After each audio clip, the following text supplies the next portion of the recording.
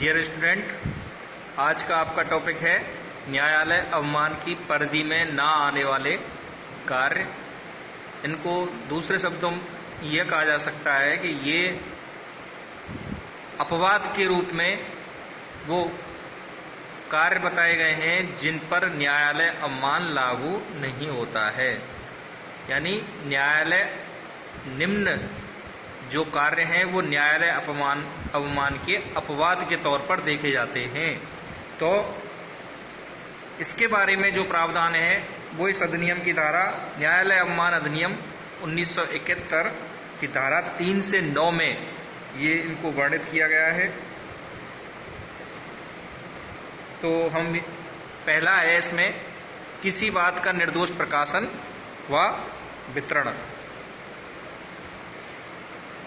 न्यायालय अवमान अधिनियम 1971 की धारा 3 में यह कहा गया है कि यदि कोई व्यक्ति जिसे इस बात का विश्वास नहीं है कि कोई कार्रवाई न्यायालय में लंबित है और वह किसी बात का प्रकाशन या वितरण करता है तो उसे निर्दोष प्रकाशन मानकर अवमान के लिए दंडित नहीं किया जाएगा।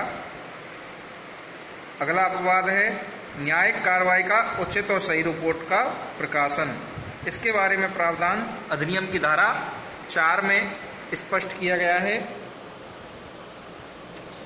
उस धारा 4 के अनुसार यदि कोई व्यक्ति न्यायिक कार्रवाई की उचित और सही रिपोर्ट का प्रकाशन करे तो वह न्यायालय के अवमान का दोषी नहीं माना जाएगा।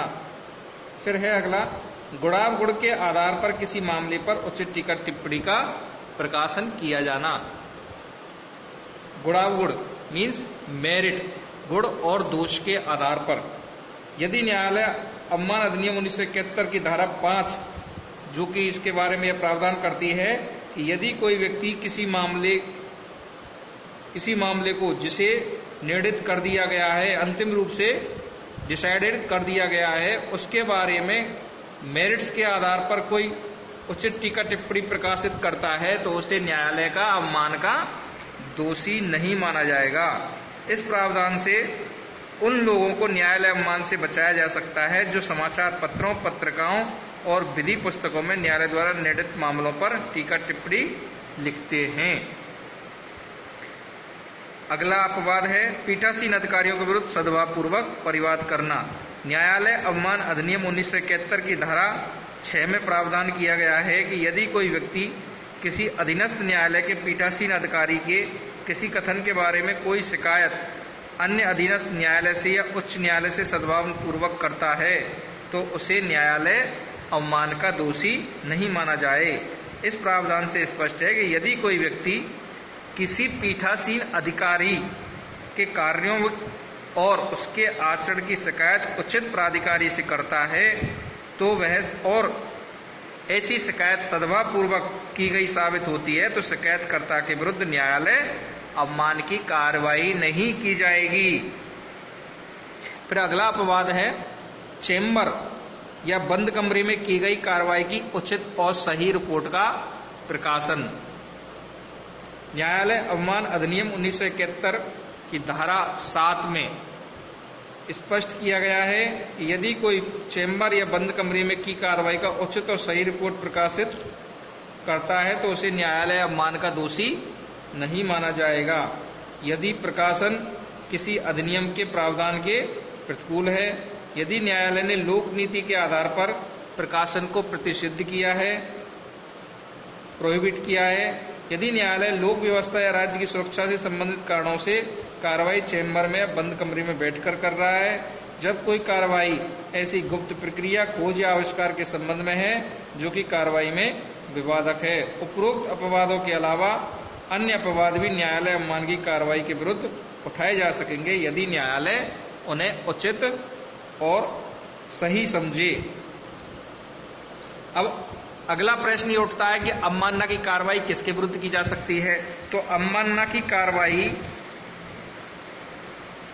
पहली बात तो अधिवक्ता के विरुद्ध की जा सकती है, दूसरा पक्षकारों के विरुद्ध की जा सकती है, तीसरा साक्षियों के विरुद्ध की जा सकती है, चौथा न्यायिक मजिस्ट्रेट या न्यायिक रूप से कार्य करने वाले अन्य व्यक्तियों के विरुद्ध की जा सकती है। कहने का तात्पर्य यह है कि न्यायालय अवमान की जो कार्रवाई है वो न्यायालय में उपस्थित होने वाले प्रत्येक व्यक्ति के विरुद्ध की जा सकती है, चाहे वो अधिवक्ता हो, चाहे वो पक्षकार हो, चाहे साक्षी हो, चाहे वो न्यायाधीश या मजिस्ट्रेट या न्यायिक रूप में भी कार्य करने वाला कोई अन्य व्यक्ति हो।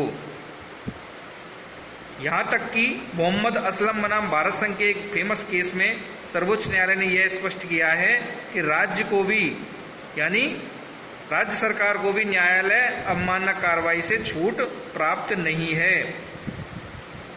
मंत्री के विरुद्ध भी उसकी पदीय क्षमता के आधार पर अवमानना कार्रवाई चलाई जा सकती है। यदि वह सार्वजनिक भाषण में न्यायालय का अवमान करता है तो अवमान कार्रवाई हो सकती है।